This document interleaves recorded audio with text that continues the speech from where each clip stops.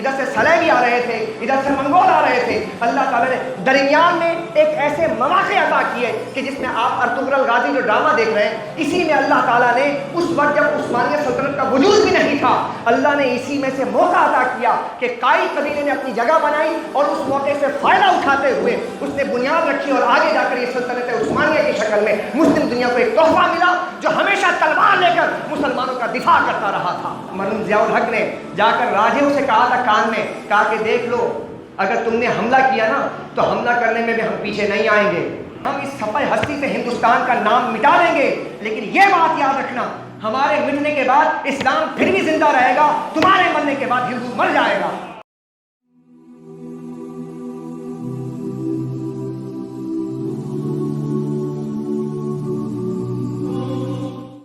الحمدللہ وحدہ والصلاة والسلام علی من لا نبی بعدہ وعلی آلہ وصحبہ الذین اوفوا عہدہ.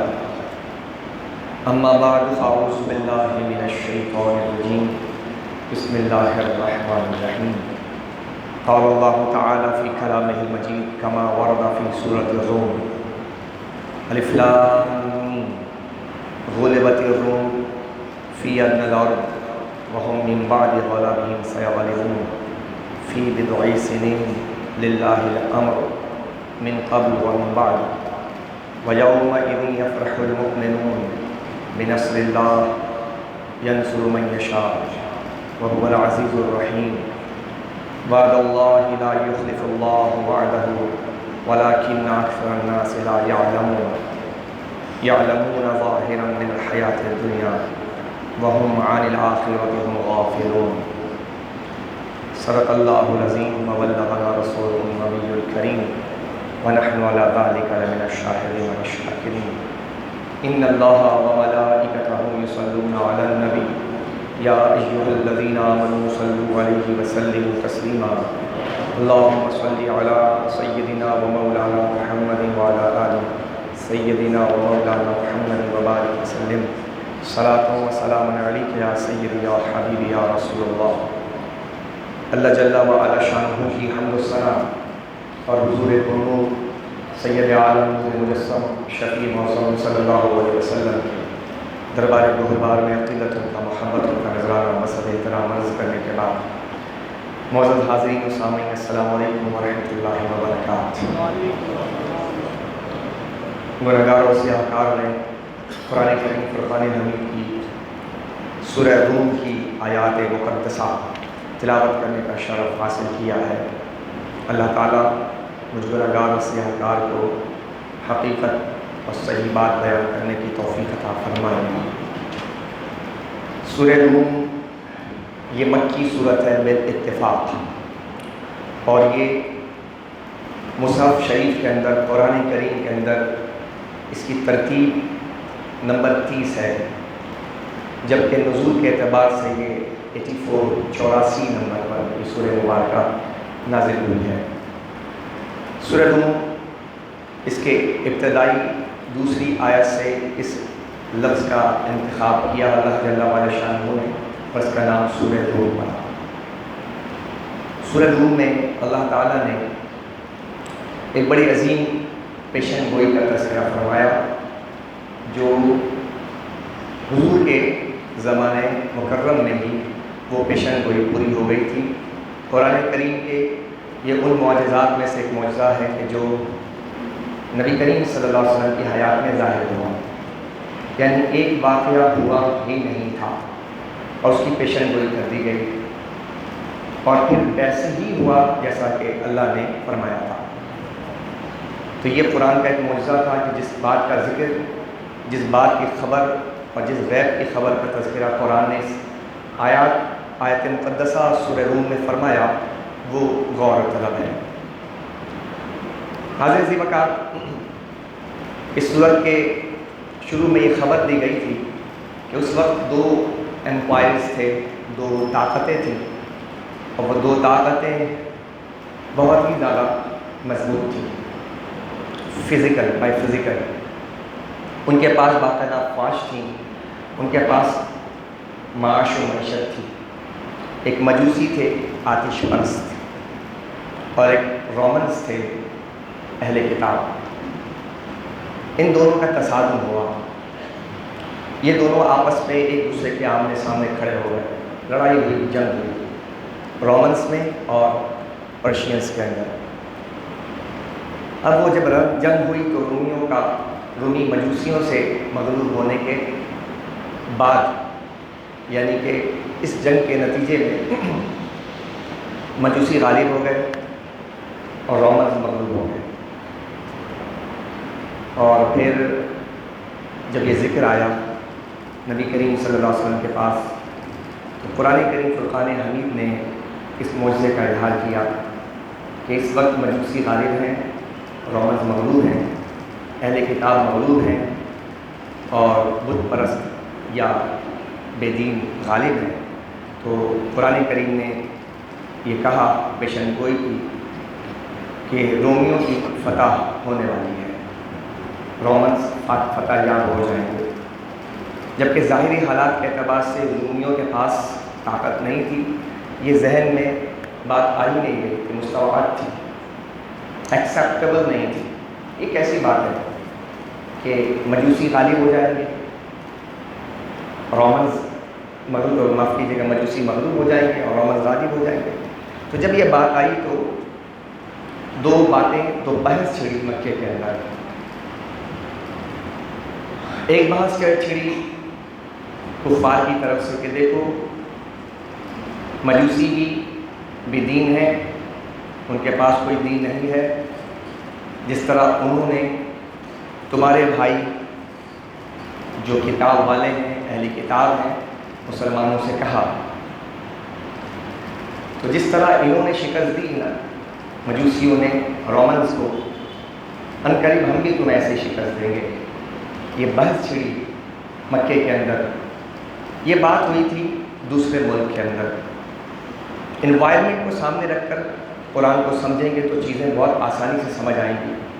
کمیونیکیشنز نہیں تھے اس وقت میں، خبریں کتنے دنوں کے بعد کنوے ہوتی تھی، لیکن ایک جنگ ہو رہی تھی۔ آج کی کمیونیکیشن کا زمانہ نہیں ہے کہ اسرائیل کے اندر اگر کسی نے پتھر بھی اٹھا کر مارا تو اس کے اگلے سیکنڈ کے اندر پوری دنیا میں وائرل ہو جاتی ہے۔ ایسا نہیں ہے کہ اگر پیلسٹینین جو ہے وہاں پر دفاع کر رہے ہیں یا پھر اسرائیل جو ہے بامبنگ کر رہا ہے، میزائل برسا رہا ہے، حماس اس کا دفاع کر رہا ہے، تو آپ کے اگلے ہی لمحے جو ہے پوری دنیا کے اندر جو ہے ایک مشاورتی ٹیم بن جاتی ہے، دو گروپس بن جاتے ہیں، بعض کہتے ہیں کہ جائز ہے، بعض ناجائز ہے، یعنی کہ ایک ہی دن کے اندر آپ کو کتنی خبریں، کتنے اخبار، کتنے شواہد ملنا شروع ہو جاتے ہیں۔ یہ اس زمانے کی بات ہے جس زمانے میں یہ صورتحال نہیں تھی۔ اس صورتحال کو آج کے زمانے میں سمجھیں گے تو شاید بات آپ کو سمجھ نہ آئے، لیکن آپ کو اس زمانے میں جانا پڑے گا جب خبریں اتنے دنوں کے بعد آتی تھیں، دوسرے ملک میں جنگ ہو رہی ہے اور کون جا کے رپورٹنگ کرے گا۔ صحافت اس طرح کی زرد صحافت بھی تھی نہیں جو آج کی زرد صحافت ہے کہ بات کو کسی طرح ہو، کس طرح پیش کر دیا جائے۔ تو جب یہ باتیں شروع ہوئیں تو مسلمانوں نے آ کر حضرت صدیق اکبر رضی اللہ تعالیٰ عنہ سے کہا، تو صدیق اکبر رضی اللہ تعالیٰ عنہ نے جو ہے اس وقت ابی بن خلف سے کہا کہ ٹھیک ہے تم دیکھنا کہ قرآن کریم کی جب یہ آیت نازل ہوئی تو کہا کہ تم شرط لگا لو ہم سے 10 اونٹ کے شرط لگا لو کہ ہم غالب ہوں گے، یہ رومی غالب ہوں گے۔ تو ابی بن خلف نے کہا کہ تو بہت اچھی بات ہے، آج شرط لگا لو، کتنے سال میں؟ کہ 5 سال میں۔ یہ کمیونیکیشنز ہو رہی تھی، یہ کانورزیشنز ہو رہی تھیں، یہ باتیں ہو رہی تھیں مکے کے اندر، اور لڑ کون سے رہے؟ 2 طاقتیں لڑ رہی تھیں جو اس وقت عرب میں ہی نہیں تھیں، عرب سے باہر تھیں۔ اور یہ گفتگو جب ہوئی رسول پاک صلی اللہ علیہ وسلم کے پاس جب آئی تو نبی کریم صلی اللہ علیہ وسلم نے حضرت ابوبکر صدیق رضی اللہ تعالیٰ عنہ سے کہا کہ تم نے جو ایام سال جو بیان کیے وہ کم بیان کیے ہیں، قرآن کریم نے جو بیان کیا ہے وہ زیادہ بیان کیا ہے، اس کو غور کرو۔ یہاں پر رک کر ایک سوال آپ سے کرنا چاہوں گا، یہ جو اہل ایمان بیٹھے ہیں میرے سامنے اور سوشل میڈیا کے ذریعے گفتگو ہو رہی تھی رومنز کی، گفتگو ہو رہی تھی پرشینز کی، تو اگر دین کا تقاضا صرف نماز پڑھنا ہے اور دین کا تقاضا فقط روزہ رکھنا ہے اور حج کرنا ہے، تو یہ کانورزیشن جو ہو رہی تھی یا یہ جو مکالمہ ہو رہا تھا یہ تو irrelevant تھا، اس میں دینی مقاصد تو کوئی بظاہر نہیں تھے، لیکن اس پر نبی کی انوالومنٹ یہ بتا رہی ہے کہ تم نے شاید دین غلط سمجھا ہے. کیونکہ اگر رسول پاک صلی اللہ علیہ وسلم کے پاس یہ irrelevant گفتگو ہوتی تو نبی کا منصب بتائیے کیا تھا کہ نبی اسی وقت روک دیتے، ابو بکر کون سی گفتگو کر رہے ہو، یہ دین کا تقاضا ہے ہی نہیں. رومی لڑ رہے ہیں، رومنس لڑ رہے ہیں، اس سے ہمارا کیا تعلق؟ پرشین لڑ رہے ہیں، اس سے ہمارا کیا تعلق؟ لڑنے دو، پوائنٹ ٹو بی نوٹڈ. تو نبی کریم صلی اللہ علیہ وسلم اس وقت روکتے. آپ کا منصب یہ تقاضا کرتا ہے کہ اگر غلط ہو تو آپ خاموش نہیں بیٹھیں گے، یہ تقریر ہو جائے گی، کیونکہ حدیث بن جائے گی کہ حضور نے اس کا ساتھ دے دیا تھا جب حضور خاموش رہے. تو یہ ایک بات سمجھایا جا رہا ہے کہ دین صرف تبلیغ کا نام نہیں ہے، دین صرف نماز روزے کا نام نہیں ہے، بلکہ جیو پالیٹکس کو پورے سامنے رکھ کر، مد نظر رکھ کر دین کے اقدامات، دین کے اقدار، دین کے اعتبار اور دین کو سمجھنے کی ضرورت پڑتی ہے، ورنہ تم اس میں سے خطرات سے بچ نہیں سکو گے اور مواقع ڈھونڈ نہیں سکو گے. تو رسول پاک صلی اللہ علیہ وسلم نے باقاعدہ طور پر، میں قرآن کی ان آیات کی روشنی میں کچھ باتیں آپ کے سامنے، چونکہ میری پوری سیریز چل رہی ہے کئی جمعے سے اور میں اس پر گفتگو کر رہا ہوں، بار بار آپ کی توجہ دلوا رہا ہوں کہ قرآن کو سمجھے. شاید غلط تبلیغ کی جا رہی ہے. آج ہمارا سب سے بہترین یہ ایک نیا ہمارے سامنے ایک، میں اس کو ٹرینڈ کہوں گا، میں بعض لوگوں نے تو اس کو فتنہ تک کہہ دیا ہے، جانے کیا کچھ کہہ دیا ہے، لیکن میں ایک نیا ٹرینڈ آپ کو بتاؤں گا کہ ہمارے اسلام میں ایک نیا ٹرینڈ آ گیا ہے کہ تبلیغ کو اس قدر غالب کر دیا گیا ہے کہ جہاد کی بات پتہ نہیں پیچھے پیچھے کہیں رہ گئی ہے. جہاد کی بات ہی نہیں، جہاد کی فضیلت تو پتہ نہیں کہاں رہ گئی ہے. اور جو مسلمانوں کا جو جذبہ جہاد تھا، جذبہ جہاد سے سرشار ہو کر جو مسلمان لڑتا تھا، جس سے تمام کے تمام دشمن جو ہے وہ ڈرتے تھے آپ کے تلوار سے، آپ کی ہیبت سے، آپ کے جلال سے. آپ نے تو کہا کہ نہیں صرف تبلیغ ہی سارا دین ہے. یہی وجہ ہے کہ پوری دنیا کے جو یعنی کہ منظور نظر جو لوگ ہیں وہ مبلغین بن گئے ہیں، مجاہدین نہیں رہے. مجاہدین کو تو آپ نے دہشت گرد قرار دے دیا ہے. نتیجہ آپ کے سامنے کہ یہ جو مبلغین ہیں، جو تبلیغ کرنے والے ہیں، ان کو ہر جگہ ایکسس ملتی ہے. یہ جہاد کی بات ہی نہیں کرتے، یہ جہاد کی طرف لاتے ہی نہیں ہیں. تو آپ کو سمجھ آ رہا ہوگا کہ اب نیا جو سیناریو، جو نیا ٹرینڈ مسلمانوں میں آ رہا ہے، اس میں یہی ہے کہ وہ جہاد کی باتیں ہٹا دیں. یہی وجہ ہے کہ 100 جو عنوانات ٹاپکس ہیں جو ہمارے اسلامی نظریاتی کونسلز کی طرف سے دیے جا رہے ہیں، کیا اس میں جہاد ہوگا؟ کیا اس میں سورہ روم کی آیات کے تناظر کے اندر عالمی صورتحال پر گفتگو کرنے کی اجازت ہوگی؟ کیا سورہ انفال کی تلاوت اور سورہ انفال کی تشریحات اور توضیحات ہوگی؟ کیا سورہ توبہ کی آیات ہوگی؟ کیا سورہ احزاب کا تذکرہ ہوگا؟ کیا بدر، احد اور خندق کے پس منظر کے اندر قوم کو گائیڈنس دی جائے گی؟ اگر نہیں دی جائے گی تو ایسے دین کی، جس دین کے اندر جہادی کا تصور ختم ہو جاتا ہے، تو اس کا مطلب یہ ہے کہ پھر آپ کے خلاف ایک سازش تیار کر لی گئی. اس کے تانے بانے، کیونکہ جب شکار شیر کا کیا جائے تو بکری کو باندھنا پڑتا ہے. جب بکری باندھ دی جاتی ہے تو شیر کا شکار کیا جاتا ہے. تو ایک طرح سے یہ شکار ہے کہ جسے ہم کرنے کی طرف جا رہے ہیں. تو میں، کیونکہ یہ ایک علیحدہ ٹاپک ہے اور میں شاید اپنی گفتگو مکمل نہ کر سکوں، لیکن یہ جو تبلیغ اور تبلیغ کے نام پر جو کچھ ہوتا ہے اور جو علماء کرام جو عالمی صورتحال پر گفتگو کرتے ہیں قرآن و حدیث کی روشنی میں، وہ ان کو تو یہ کہہ کر رد کر دیا جاتا ہے یہ تو سیاست کی بات کرتے ہیں. یہ ساری کی چیزیں آپ کے مد نظر رہی ہیں ماضی کے اندر بھی. ان علماء کرام نے جنہوں نے اسرائیل کے حوالے سے، فلسطین کے حوالے سے، شام کے، عراق کے حوالے سے اور پھر افغانستان کے حوالے سے، کشمیر کے حوالے سے کہتے ہیں دین تو اس کی بات نہیں کرتا. اگر دین اس کی بات نہیں کرتا تو پھر سورہ روم کی روشنی میں سمجھا دیا جائے کہ یہ تو بات ہو رہی تھی رومنس کی، اور اس میں کوئی بھی ایسا نہیں تھا جو مسلمان تھا. ایک رومنس تھے اور ایک پرشینس تھے. ان کی جنگ کے دوران رسول پاک کے پاس جب بات آئی تو حضور نے اس میں دلچسپی کا اظہار فرمایا.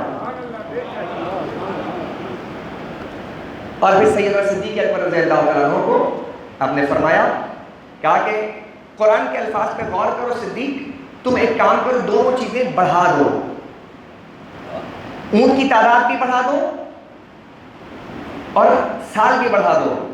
کیونکہ فی بضع سنین کا جو لفظ ہے اس کا اطلاق 3 سے 9 سال تک ہوتا ہے. توجہ ہے آپ کی؟ قرآن سمجھانے کی طرف آ رہا ہوں میں، کیونکہ آپ دیکھیں کہ اس کو سمجھنا پڑے گا. تو رسول پاک صلی اللہ علیہ وسلم نے فرمایا کہ یہ کتنا ہوگا؟ 3 سے 9 سال. تو کہا کہ اس کا لاسٹ جو ہے نا 9 ایئرس، تو کہا تم 5 سال نہیں کرو، سال بڑھا کر کہو کہ 9 سال. اور اونٹ 100، تاکہ وہ ایگری کر لے، تاکہ وہ بولے کہ ہاں بھائی، چونکہ ابھی تک احکام جو ہے اس کے شرط لگانے وغیرہ کے نہیں آئے تھے، اس لیے شرط لگائی جا رہی تھی، اسلام گریجولی آیا ہے۔ تو سیدنا صدیق اکبر رضی اللہ عنہ گئے ابی بن خلف کے پاس، کہا کہ دیکھو بھائی، ہم نے تم سے جو شرط لگائی ہے وہ شرط یہ ہے اس بات پر کہ ہم تعداد بھی بڑھا رہے ہیں اور سال بھی بڑھا رہے ہیں، کہ تم کہتے ہو کہ یہ غالب، ہم کہتے ہیں کہ روم غالب آئے گا، دوبارہ غالب آئے گا اور بڑے ہی جاہ و جلال کے ساتھ آئے گا، لیکن یہ 9 سال کا پیریڈ ہے، اور 100 اونٹ اگر غالب نہ آئے روم تو میں تمہیں 100 اونٹ دوں گا، اور اگر وہ غالب آ گئے روم تو پھر تم ہمیں 100 اونٹ دو گے۔ یہ شرط لگ گئی، اور شرط کے بعد پھر کیا ہوا آگے ہم چلتے ہیں۔ یہ پورا تناظر سمجھ گئے کہ سورہ روم کے آیات کیسے نازل، آیات قرآن یہاں پر غور کیجیے گا۔ بسم اللہ الرحمن الرحیم، الف لام میم، حروف مقطعات۔ غلبت روم، رومی ایرانی سے مغلوب ہو گئے، رومی ایرانی سے، پہلی بات آ گئی کہ اس وقت کی سچویشن قرآن نے بیان کر دی کہ روم مغلوب ہو گیا اور ایرانی غالب ہو گئے۔ فی ادنى الارض وهم من بعد غلبهم سيغلبون، قریب کی سرزمین میں، اور وہ اپنے مغلوب ہونے کے بعد ان قریب دوبارہ غالب ہوں گے۔ قرآن بشارت کیا دے رہا ہے؟ مغلوب ہونے کے بعد رومنز ان قریب، یہ لفظ سیغلبون، سیغلبون کا لفظ کہا کہ وہ ان قریب، یہ بھی نہیں کہا کہ بہت لانگ پیریڈ کے بعد ہوں گے، یہ مستقبل قریب کی خبر دی جا رہی ہے۔ سیغلبون ان قریب، وہ پھر غالب ہو جائیں گے، کون؟ فتح یاب ہو جائیں گے۔ سیغلبون فی بضع سنین، چند سالوں میں، فی بضع سنین، چند سالوں میں۔ اب یہ چند سال کا ذکر نہیں کیا تو حضور نے اس کی وضاحت فرمائی، اس کا اطلاق 3 سے 9 سال میں ہوتا ہے، تو تم پیریڈ کو بڑھا دو۔ اب یہ ساری کنورزیشن دینی ہے یا نہیں ہے؟ پہلے تو یہ بات طے کریں پھر آگے چلیں، اس کا تعلق دین سے ہے یا نہیں؟ اگر دین سے نہ ہوتا تو قرآن کیوں بیان کرتا؟ اور اگر اس کا تعلق دین سے نہ ہوتا تو رسول پاک صلی اللہ علیہ وسلم اس کی وضاحت کیوں دیتے؟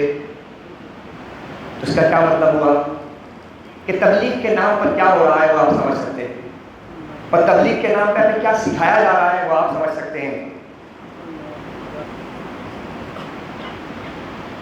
میٹھی میٹھی سنتیں آپ سیکھ لیں، میٹھی میٹھی باتیں آپ سیکھ لیں، اس سے آپ کو مجھے بتائیں یہودیوں کو کیا تھریٹس ہیں، اسرائیلیوں کو کیا تھریٹس ہیں، آپ کے کھانے کی سنت سے کیا تھریٹس ہیں۔ آپ اگر لباس کی وضاحت جو ہے، آپ کا باطن ہی نہیں بدل رہا، برا نہیں مانیے گا، خدا نخواستہ میں ایک بات سمجھا رہا ہوں کہ مکمل دین بیان کریں، اور مکمل دین اسی وقت ہوگا جب قرآن کریم کو سامنے رکھ کر اپنے زاویہ نگاہ کو متعین کیا جائے۔ اگر آپ چند چیزیں لے کر کے اسی کو آپ اس کو جو ہے تبلیغ کرتے چلے جائیں، نتیجہ آپ کے سامنے ہے کہ اتنی بڑی اسلامی دنیا میں سے بتائیں نا اتنی تبلیغ کے بعد کیا ہوا؟ Point to be noted, Iraq آپ کے سامنے تباہ ہوتا رہا، شام ہو گیا، کشمیر میں ہم آزاد نہ کر سکے، افغانستان ہمارے سامنے ہے، چیچینیا بوسنیا ہمارے سامنے، تبلیغ ہوتی رہی، ہم بڑھتے رہے، ہمارے تمام کے تمام تبلیغی مراکز آباد ہوتے رہے، لیکن آج بھی فلسطین میں اتنے سارے مسلمان قتل ہوتے رہے، لیکن ہم ایک دفعہ بھی کوئی ایسا تھریٹ نہیں کر سکے کہ روک دو ورنہ ہم تمہارے ہاتھ کاٹ دیں گے، کسی دنیا میں سے آواز نہیں آئی، لیکن ہماری تبلیغ ہوتی رہی۔ ہو سکتا ہے کہ میری اس گفتگو کے بعد بہت سارے لوگ جو ہے چیمگوئیاں شروع کر دیں، لیکن مجھے تو حکم ازا لا الہ الا اللہ، اگرچہ کچھ ہے جماعت کی آستینوں میں، مجھے تو حکم ازا لا الہ الا اللہ۔ اقبال نے یہی تو کہا تھا نا کہ اذان تو دو، اس شہر خاموشہ میں کوئی تو اذان دے، کون اذان دے گا؟ اذان دینے کے لیے کسی کو بیدار تو ہونا پڑے گا۔ تو میں خدا نخواستہ اس طرح کی بات نہیں کر رہا، میں تو بات یہ کر رہا ہوں کہ ہم ادنا سے دین کے طالب علم ہونے کی حیثیت سے جو باتیں ہم نے سمجھی وہ ہم آپ کے سامنے رکھ رہے ہیں۔ پھر کیا ہوگا؟ للہ الامر، پہلے بھی من قبل و من بعد، پہلے بھی اور بعد بھی حکم اللہ ہی کو زیبا ہے۔ اگر پہلے مغلوب ہوئے روم تو بھی اللہ کا حکم تھا، اور بعد میں غالب ہوں گے تب بھی اللہ کا حکم ہوگا۔ یہ قرآن بیان کر رہا ہے۔ اس کے بعد ہوگا کیا؟ قرآن بیان کرتا ہے کہ اس صورتحال سے مومنین کے نفسیات پر کیا اثرات مرتب ہوں گے۔ توجہ ہے آپ کی؟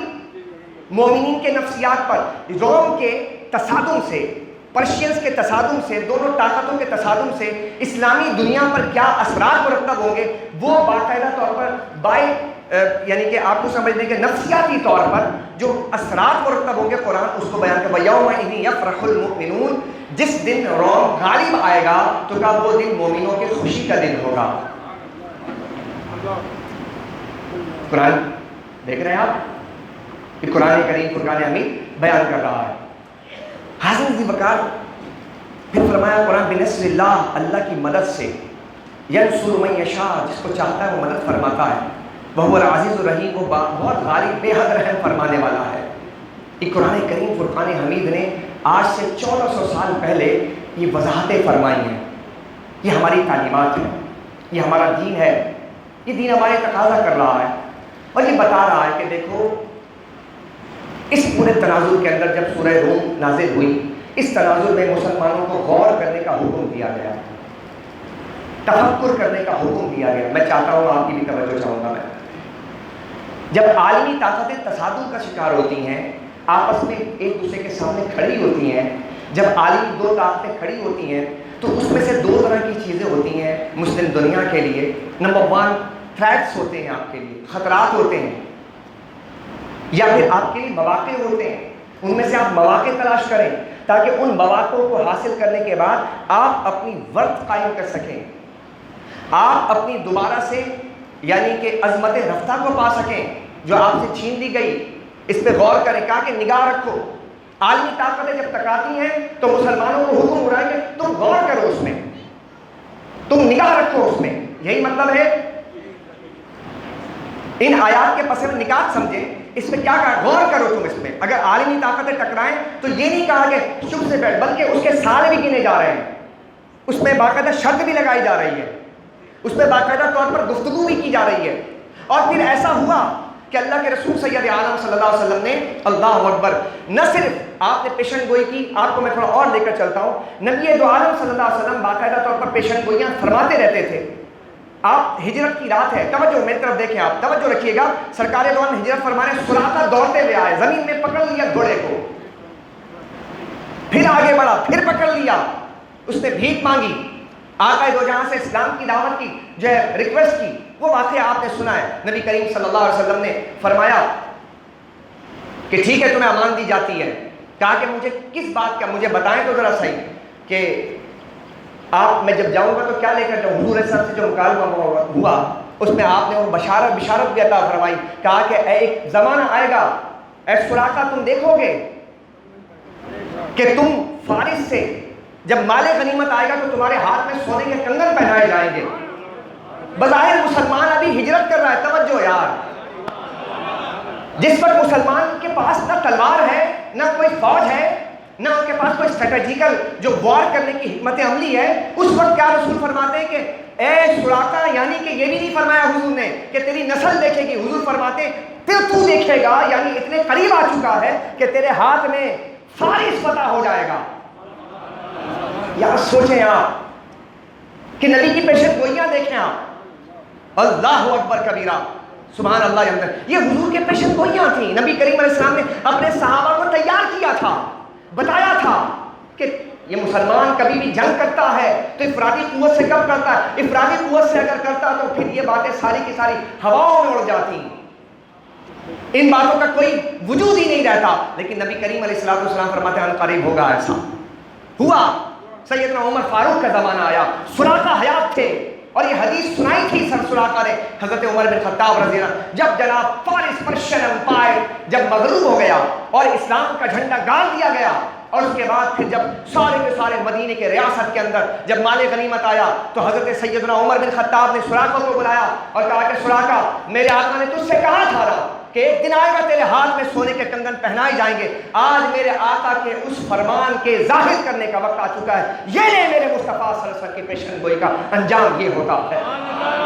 نعرہ تکبیر، نعرہ رسالت۔ اچھا پھر میں آپ کو لے کر چلوں تھوڑا سا اور، چونکہ میں پورے کے پورے اسی سیناریو کا میں اتنے دنوں سے جو 3-4 سیریز میری چل رہی، ان سیریز میں یہ میں آپ کے سامنے رکھ رہا ہوں، یہ پورے کے پورے یعنی مرحلہ وار آپ کے سامنے رکھ رہا ہوں کہ آپ کو دنیا کے حالات پر نگاہ رکھنی ہے. مسلم دنیا کو، نوجوانوں سے بات کر رہا ہوں میں، نوجوانوں تمہیں دنیا پر نگاہ رکھنی ہے، یہ تمہارے نبی کے دین کا تقاضا ہے. صرف نماز پڑھنا، امام شریف پہن لینا اور جبہ و دستار پہن لینا، ظاہر کو بدل لینا، صرف یہی دین نہیں ہے، یہ بھی دین ہے، لیکن دین کے پورے تقاضے ہیں، اس کو پورا کرنا تمہاری رسپانسبلٹی ہے. تمہیں غور کرنا پڑے گا. میں نوجوانوں سے پھر کہتا ہوں، میری باتوں پہ غور کرو، توجہ رکھو. خندق ہے، احزاب ہے، سارا کا سارا عرب ایک جگہ پلیٹ فارم پہ کھڑا ہوا اور مسلمانوں پر یلغار کر دی. یاد ہے زمانہ آپ کو؟ 10,000 سے زائد کا لشکر. اس سے بڑی لڑائی نہیں ہوئی تھی اس وقت تک.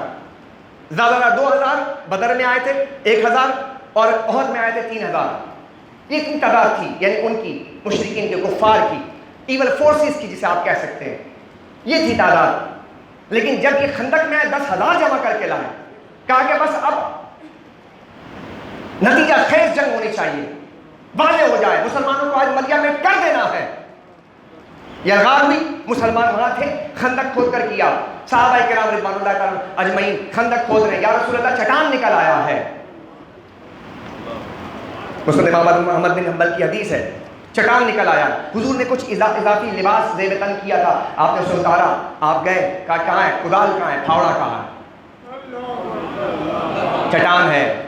اور نبی کے پاس آیا اور جہاد ہو رہا ہے، جنگ ہو رہی ہے، اور نبی کریم علیہ السلام نے کدال اڑایا، بسم اللہ الرحمن الرحیم پڑھا اور کدال مارے 3 پتھر جدا ہو گئے. میرے آقا فرمانے لگے اللہ اکبر، اللہ نے مجھے شام کی چابیاں عطا فرما دی ہیں.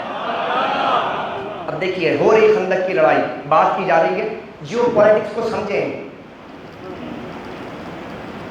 یا کیا ریلیونٹ ہے اس کا. خندق میں لڑائی ہو رہی ہے، پتھر توڑ رہے ہیں، خبر کہاں کی دے رہے ہیں.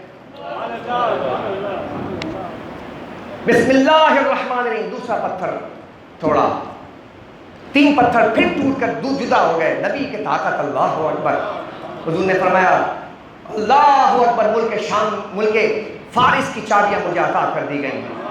میں فارس کے محلات، سفید محلات دیکھ رہا ہوں، ادھر کا میں شام کے محلات دیکھ رہا ہوں. پھر تیسرا پھاوڑا، بسم اللہ اللہ اکبر، پھر مارا. پھر فرمایا 3 پتھر پھر جدا ہوئے، صحابہ موجود ہیں. آقا نے فرمایا مجھے یمن کی چابیاں کنجیاں دے دی گئی ہیں، میں صنعاء کے محلات دیکھ رہا ہوں. پورا کا پورا یہ سینٹرل ایشیا جس کی بات کرتے ہیں آپ، یہ پورا سینٹرل ایشیا تھا. روم، ساتھ میں پرشینز اور ساتھ میں یمن، یہ پورا سینٹرل ایشیا ہے. اور یہی آج پورا کا پورا آپ کا یہ اہل عرب اور یہی مسلم دنیا ہے جو کہ پورے کے پورے آپ دنیا کو جو لیڈ کر رہے ہیں مسلمان. باقی چھوٹے چھوٹے ممالک ادھر ادھر سائڈوں میں، لیکن یہ پوری مسلم دنیا ہے. یہی مسلم دنیا بن رہی تھی جس کی چابیاں رسول اللہ کو عطا کی گئیں. حضور نے پیشن گوئی فرمائی، توجہ آپ کی، حضور نے پیشن گوئی فرمائی، بتایا. آپ صحابہ نے یہ کہا حضور یہ کون سی باتیں ہو رہی ہیں، ہمارے دین میں تو نماز روزے کے علاوہ بھی کوئی چیز ہے کیا. غلط دین بتا دیا گیا، شریعت، غلط تہذیب اور غلط چیزوں کی طرف توجہ دلوائی گئی ہماری. حاضرین وقار، آنے والے وقتوں میں یہ بتایا گیا کہ جب میری چونکہ میرا موضوع سورہ روم ہے اس لیے میں دوبارہ آتا ہوں کہ آنے والے وقتوں میں تم غور کرو، تم فکر کرو، تم توجہ کرو. جب 2 طاقتیں ٹکراتی ہیں، کیوں بتایا جا رہا ہے، قرآن کے ذریعے بتایا جا رہا ہے کہ جب 2 طاقتیں، عالمی طاقتیں ٹکراتی ہیں تو 2 طاقتوں کے بعد مسلم دنیا کے اندر بہت سارے مواقع جنم لیتے ہیں، بہت ساری طاقتیں جنم لیتی ہیں اور بہت سے خطرات منڈلاتے ہیں. اور اگر تم بے ہوش رہے تو وہ بھی تمہیں ملیہ میٹ کر کے رکھ دے گی. یہی بعد میں ہوا کہ جب خلافت عباسیہ کا ختم، یعنی کہ لاسٹ پیریڈ چل رہا تھا، اس وقت 2 طاقتیں آپس میں، یعنی کہ آپ کو سمجھ لیں خلافت عباسیہ آخری سانسیں لے رہی تھی. خلافت عباسیہ آخری سانسیں لے رہی تھی اور مسلم زوال پذیر ہو رہے تھے. مسلم دنیا اتنی بڑی 3 بر اعظموں میں حکومت تھی. یہ پہلے کی بات کر رہا ہوں میں بھی کہ نہیں، پھر میں آپ کی طرف جاتا ہوں تاکہ آپ اس کو پہ غور کریں، تاکہ آپ کو اندازہ ہو کہ مسلمانوں نے جو حکومت کی ہے، ایک طرف مغلز تھے، ایک طرف جو ہے سلطنت عثمانیہ ہے. اس سے پہلے کی بات کروں، اوائل سلطنت کی بات کروں، 300-400 سال میں جب مسلمان خلافت عباسیہ، خلافت بنو امیہ، اس کے بعد جب مسلمانوں کی خلافت کی، بغداد آپ کا مرکز تھا، کوفہ آپ کا مرکز تھا، آپ کا اندلس مرکز تھا، آپ اسپین کے اندر جھنڈے گاڑ رہے تھے، 900 سال تک آپ نے حکومتیں کی تھیں. یہ اس وقت کے زمانے کی بات ہے. اللہ اکبر کبیرہ. جب جب آپ یورپینز پر آپ پورے چڑھ دوڑے تھے اور آپ بالکل تمام کے تمام دنیا کو آپ نے زیر نگی کر لیا تھا، اس کے بعد جب مسلمانوں میں عیاشیاں آئیں، مسلمانوں میں خرابیاں آئیں، مسلمانوں میں نافرمانیاں آئیں، مسلمان شراب، زنا اور پھر سود اور اس کی لعنت میں پڑ گیا، تو پھر نتیجہ کیا ہوا کہ ادھر سے دو طاقتیں، مشرق سے طاقت اٹھی، اور مشرق سے جو طاقت اٹھی تھی وہ منگولوں کی تھی، چنگیز خان، ہلاکو خان، یہ اٹھ رہا تھا مشرق سے، اور دوسری طرف صلیبی طاقتیں اٹھ رہی تھی مغرب سے۔ اب ان دونوں کے درمیان میں میدان جو تھا وہ مسلمان دنیا تھی، مسلم دنیا تھی۔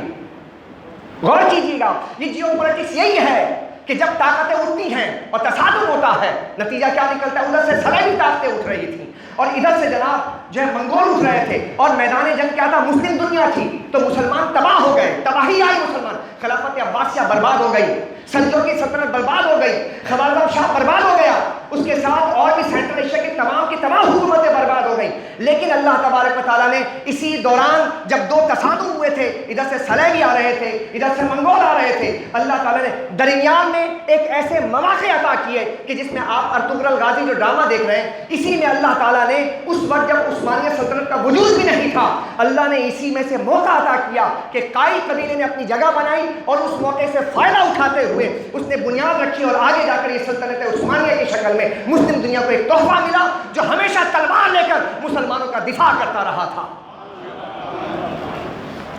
توجہ ہے آپ کی؟ بات سمجھ آ رہی ہے آپ کے کہ اس طرح یہ سلطنت عثمانیہ کا وجود نہیں تھا، کائی قبیلے کو کوئی جانتا نہیں تھا۔ جب منگول سے جب چنگیز خان جہاں پہ جناب وہ کالی آندھی کی طرح چھائے چلا جا رہا تھا، ادھر سے صلیبی طاقتیں تھیں، ساری جمع تھیں، اور پھر اس کے درمیان میں مسلمانوں نے اپنا راستہ بنایا، اور کئی سو سال تک مسلمانوں نے پھر پوری دنیا میں ایک ہی طاقت تھی جس کا نام سلطنت عثمانیہ تھا، جو تلوار لے کر مسلمانوں کے تمام ممالک کا دفاع کیا کرتی تھی، حضور کے ناموس پر دفاع کیا کرتی تھی، ایک طاقت تھی۔ وقت نہیں کہ آپ کے سامنے یہ سارے صورتحال کو رکھا جائے، تو یہ ارطغرل غازی جو ابھی آپ کے سامنے ہے، اس کے تناظر میں موجود نوجوانوں کو آپ ڈرامہ دیکھ رہے ہیں، اس ڈرامے کے بیک گراؤنڈ پر آپ دیکھیں کہ پوری دنیا کے اندر اسی طرح تبدیلیاں آتی ہیں، تصادم ہوتے ہیں اور مسلمانوں کو مواقع عطا کیے جاتے ہیں۔ پھر آپ سب سمجھیں آگے کہ پھر جب سلطان صلاح الدین ایوبی جب آگے آئے اور یہ جو مسلم دنیا جو جس کا قائد، تو اس میں درمیان میں اپنے بھی لوگ ہوتے ہیں جو منافقت کرتے ہیں، خوارج کہلاتے ہیں۔ یہ خوارج رسول پاک کے زمانے سے موجود رہے، حضور کے بعد کے زمانے میں یہ خوارج موجود رہے۔ یہ ایک طرح سے آپ میں دہشت گرد ایک عناصر ہے، ایلیمنٹ ہے مسلمانوں میں، جس کا کام فتنہ پھیلانا ہے، فساد پھیلانا ہے، اور اس کا نتیجہ ہمارے سامنے آیا کہ جو خوارجی تھے، ایسے ہی مسلمانوں کو اس وقت صلیبی طاقت یعنی کہ صلیبی طاقتوں سے جب سلطان لڑ رہے تھے ایوبی، تو تین طرح کے جو چیزیں سامنے آ رہی تھیں، ایک طرف تو جناب یہ منگولوں کا جو تھا، اور دوسری طرف صلیبی طاقت، اور تیسرا اندرون خانہ میر جعفر میر صادق سوکال جسے آپ کہیں کہ جناب جو اپنے آپ کو مسلمان کہتے ہیں، یہ ایلیمنٹس تھے۔ شام کے ممالک کے اندر وہاں پر باقاعدہ طور پر ایک خوارج کا گروہ تھا جو کئی مرتبہ سلطان صلاح الدین ایوبی پر انٹرنل معاملات میں حملہ آور بھی ہوا تھا۔ آج بھی آپ دیکھیں کہ میر جو لفظ ہے، میر، اس میر کے ساتھ نہ جانے کیا لگ گیا ہے کہ میر جعفر ہو یا میر صادق ہو، انٹرنیشنل سیناریو بدل رہا تھا، اور ایک دم سے جناب ایک پاکستان نے ایک بہت زبردست قسم کا ایک جو ہے سمجھنے کے انٹرنیشنل پریشر ڈیولپ کر دیا تھا۔ آپ کے دیکھیں میڈیا پر وہی بیٹھے ISI کے ایجنٹس بیٹھے ہوئے، وہ پھر کیا کریٹ کر لیتے ہیں، ایک نئی بحث جس کا کوئی وجود نہیں، اصل تو کو کوئی نہیں جانتا، ہاتھ میں چوٹ لگے نالائق، یہ کمین گاؤں سے نکل کر آ کر جناب پورے کے پورے آپ فوج پہ چڑھ دوڑتے ہیں، آپ ISI پر چڑھ دوڑتے ہیں، آپ الٹی سیدھی باتیں شروع کر دیتے ہیں۔ یاد رکھیے گا کہ اگر آپ اپنے شیروں کو ختم کر دیں گے نا تو دشمن کے کتے تمہیں نوچ کر کھا جائیں گے۔ یہ بات تمہیں سمجھ نہیں آتی۔ ہمارے بہت سے لوگ ان کے منہ میں منہ لگا کر کہتے ہیں کہ ارے میرے بھائی یہی پاک فوج ہوگی، یہی ISI ہوگی جو غزوہ ہند میں لڑے گی، اور اس کے پیچھے پہ ہم جا کر انشاءاللہ دلی اور دہلی کو پھر فتح کریں گے، یہی تو طاقت ہوگی، اور کس کے ساتھ لڑو گے تو؟ لیکن آپ کو بتایا جاتا ہے کہ صاحب یہ ہاں ہو سکتی ہے، بہت سے اصلاحات کی ضرورت ہو سکتی ہے، بہت سی چیزوں پر بات کی جا سکتی ہے، لیکن آپ غدار کہہ دیں، آپ اپنے فوج کے خلاف کھڑے ہو جائیں، آپ باقاعدہ کیمپین لانچ کر دیں، اس سے کیا نتیجہ حاصل کریں گے آپ؟ آپ کیا بتانا چاہ رہے ہیں؟ وہی جیو پولیٹکس کو چینج کیا جائے تاکہ جو پاکستان کا جو پریشر ڈیولپ ہو رہا تھا اس کو کنوے، اس کو جو ایک ڈائیورٹ کر دیا جائے اور ایک نئی بحث چھڑ دی جائے. نئی بحث چھڑ گئی، اسارے گئے اسرائیل سے بات ہٹا دی جائے، اسرائیل پہ گفتگو نہ کی جائے. یہ تھا مین اسٹریم میڈیا کے اوپر جو گفتگو ہو رہی تھی اس سے بات ہٹا دی گئی اور ہمارے بھولے بھالے لوگ ہیں کہتے ہیں کہ چلو ٹھیک ہے نیا منجن آ گیا، استعمال کرو. حضرت ذی بکار آگے چلیں تو جب دنیا کی بڑی طاقتیں جب جغرافیہ بدلتے ہیں، تصادم ہوتا ہے، یہ ساری چیزیں ہوتی ہیں، تو اس کے بعد مسلمانوں کو یہ کہا گیا اس پر نگاہ رکھی جائے. اور اللہ قرآن کریم میں بار بار کہتا ہے وَالَّذِينَ جَاهَدُوا فِينَا لَنَهْدِيَنَّهُمْ سُبُلَنَا. جو لوگ اللہ کی راہ میں جہاد کرتے ہیں، کوشش کرتے ہیں، اللہ ان کے لیے راستے نکالتا ہے. سونے والوں کے لیے تھوڑی راستے نکالتا ہے، بھنگ پی کر سونے والوں کے لیے تھوڑی راستے نکالتا ہے. اس کے بعد پھر جب یہ صورتحال اس وقت سامنے آئی تھی جب طاقتیں آپس میں متصادم ہوتی ہیں، تو اس وقت صورتحال سامنے آئی اور تائی قبیلے کو اللہ نے موقع دیا اور سلطنت عثمانیہ کا ایک بہت بڑا جو ہے سیٹ اپ سامنے آیا اور مجاہدین پیدا ہوئے اور سلطان حمید الدین جیسے لوگ اور سلطان فاتح محمد جیسے لوگ پیدا ہوئے جنہوں نے قسطنطنیہ کو فتح کیا. سلطان مراد شاہ جیسے لوگ پیدا ہوئے جن کی بار بار خواہش تھی کہ قسطنطنیہ کو فتح کریں اور کر کے دکھایا. بار بار اللہ اکبر وہ جو بشارتیں تھیں اسی پر انہوں نے کیا اور وہیں جا کر جھنڈا کا استانبول کا نام لیا اور استانبول کا نام بعد میں بنا. یہ وہی قسطنطنیہ ہے کہ جس کی بشارتیں رسول پاک صلی اللہ علیہ وسلم نے عطا فرمائی تھی. جہاں پر صحابی رسول حضرت ایوب انصاری رضی اللہ عنہ خود گئے تھے جہاد میں لڑنے کے لیے گئے تھے اور وہیں پر آج ترکی میں اللہ اکبر ترکی کے اطراف و اکناف میں جو برکت ظاہر ہے میزبان رسول حضرت سیدنا ایوب انصاری رضی اللہ عنہ کی برکت ظاہر ہو رہی ہے. حضرت مولانا روم رحمۃ اللہ علیہ کا مزار مقدس وہاں پر موجود ہے. وہاں پر ان کی جو ہے آپ نے روحانی تربیت فرمائی، ان کی ظاہری اور باطنی تربیت فرمائی. یہ ساری تربیتیں ہوتی رہیں. محیدین ابن عربی یہ علیحدہ موضوع ہے، اس پر بات کی جا سکتی ہے. بہت لمبا چوڑا ایک سیریز ہے جس پہ بات کی جائے اور قوم مسلم کو بیدار کیا جائے کہ یہ سب کچھ ہوتا رہا. پھر آج ایک صورتحال پیدا ہوئی ہے ہمارے سامنے اور دو طاقتیں پھر آمنے سامنے آ گئی. ایک چائنا آتے کہ ایک مشرق سے اٹھ رہا ہے، ایک مشرق سے اٹھ رہا ہے، وہ چائنا ہے. اور ایک مغرب سے وہی صلیبی طاقت ہے، کرسچن ہے، دوبارہ اٹھ رہا صلیبی طاقت ہے. یہ دو طاقتیں اٹھ رہی ہیں اور دوسری طرف ہندو اٹھ رہا ہے. یہ مشرق سے دو طاقتیں اٹھ رہی ہیں اور ان کا میدان جنگ کیا ہے؟ پھر مسلم دنیا ہے. نہیں سمجھ رہے مسلمانوں. اقبال نے 1920 کے اندر کہا تھا، اقبال جب وہ کہہ رہے تھے کہ ہمارا کے چشمے ابلنے لگے، گرا خواب چینی سنبھلنے لگے. 1920 میں جب اقبال کہہ رہے چینیوں کے بارے میں کہہ رہے تھے اقبال، تو اس وقت لوگ کہتے ہیں کہ اقبال کو ہو کیا گیا ہے. اقبال 100 سال بعد کی بات کر رہا تھا.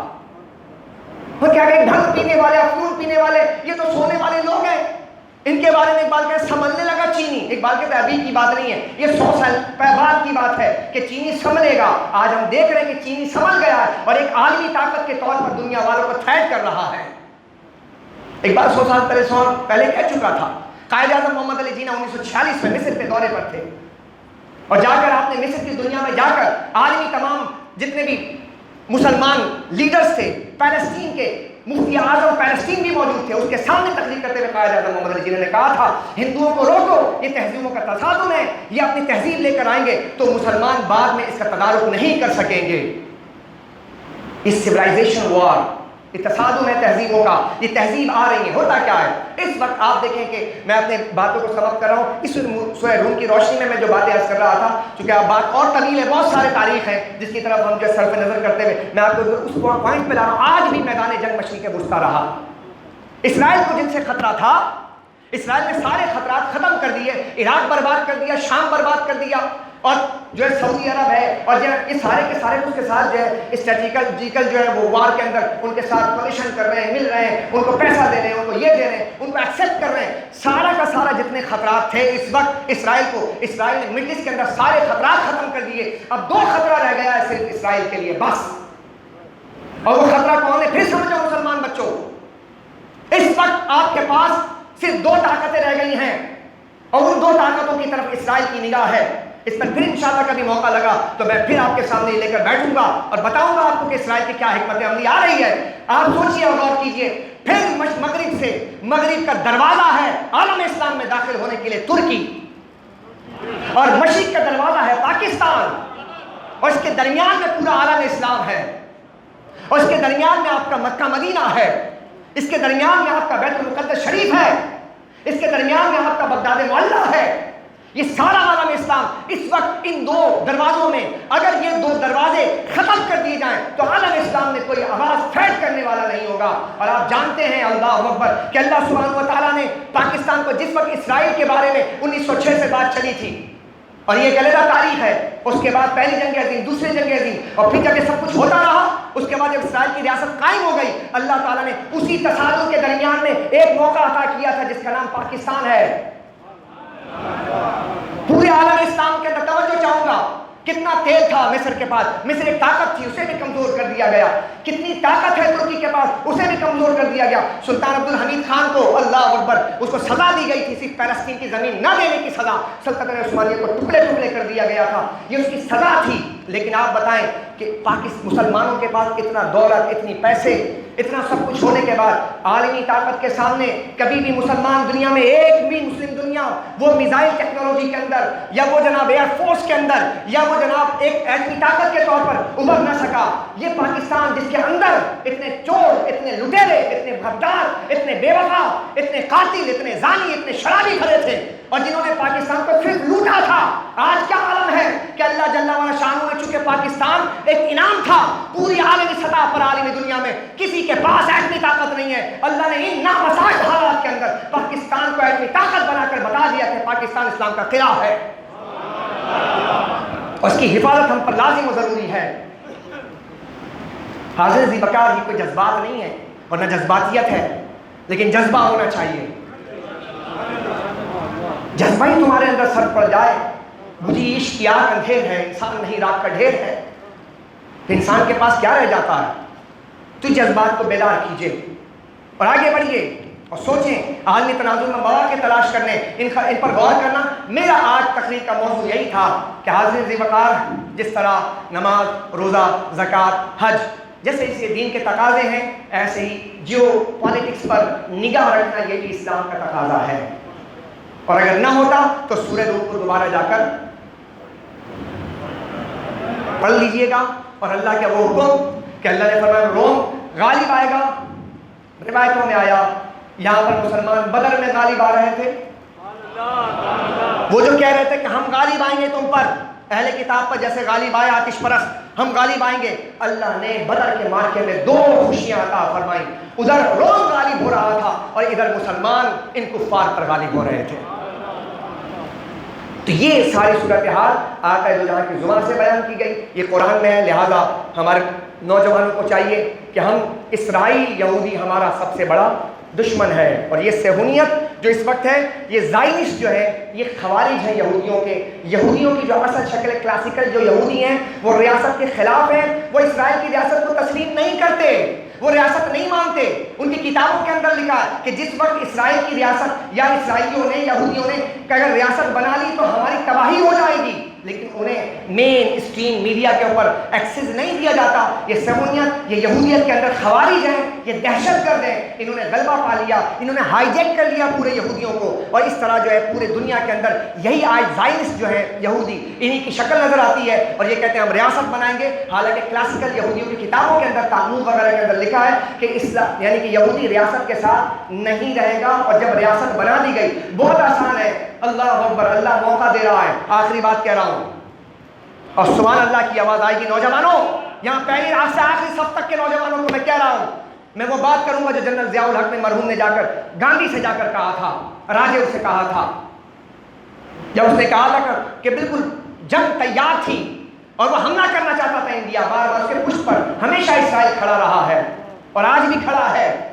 اسرائیل کھڑا رہے گا، چونکہ وہ چاہتا ہے کہ انڈیا کے ذریعے پاکستان کو کمزور کیا جائے اور ادھر امریکہ کے ذریعے وہاں ترکی کو کمزور کیا جائے، لہذا دونوں طرف سے وہ اپنے پیچھے بیک گراؤنڈ میں وہاں پر وہ عیسائیوں کو بیک اپ فراہم کر رہا ہے یا ہندوؤں کو بیک اپ فراہم کر رہا ہے۔ جب کیا تھا تو پھر پتہ ہے آپ کو، جا کر ایک لفظ کہا تھا مرحوم ضیاء الحق نے، جا کر راجیوں سے کہا تھا کان میں، کہا کہ دیکھ لو اگر تم نے حملہ کیا نا تو حملہ کرنے میں بھی ہم پیچھے نہیں آئیں گے، لیکن ایک جملہ کہہ کر جا رہا ہوں کہ اگر تم نے وار کر دی نا تو ہم تو تباہ ہوں گے، لیکن یاد رکھنا کہ ہم اس صفحہ ہستی سے ہندوستان کا نام مٹا دیں گے، لیکن یہ بات یاد رکھنا، ہمارے مٹنے کے بعد اسلام پھر بھی زندہ رہے گا، تمہارے مرنے کے بعد ہندو مر جائے گا۔ نعرہ تکبیر، نعرہ رسالت۔ تو اس لیے ہم کہتے ہیں نوجوانوں، تم سے کہتے ہیں، یہ تو اللہ بہت اچھا موقع دے رہا ہے، سارے عیسائی ایک جگہ جمع ہو جائے تاکہ اسلام کا وہ ازلی ابدی دشمن کہ جس نے رسول اللہ کو، جس نے انبیاء کرام کو قتل کیا تھا، آج ایک جگہ جمع ہے، چاروں طرف سے ان پر ایسے میزائلوں کا وار کرو کہ پوری دنیا سے یہودیت کا صفحہ مست ہستی سے نام و نشان مٹ جائے۔ یہ موقع اللہ ہمیں پھر عطا کر رہا ہے۔ ہم مر جائیں نا، ہم ختم ہو جائیں تو الحمدللہ 1.5 ارب مسلمان، 56 سے زائد اسلامی ممالک ہیں، ہمارے ختم ہونے سے اسلام ختم نہیں ہوگا، لیکن ان کے ختم ہونے سے ہندو بھی ختم ہو جائے گا، اسرائیل بھی ختم ہو جائے گا۔ وما علیہ الا البلاغ۔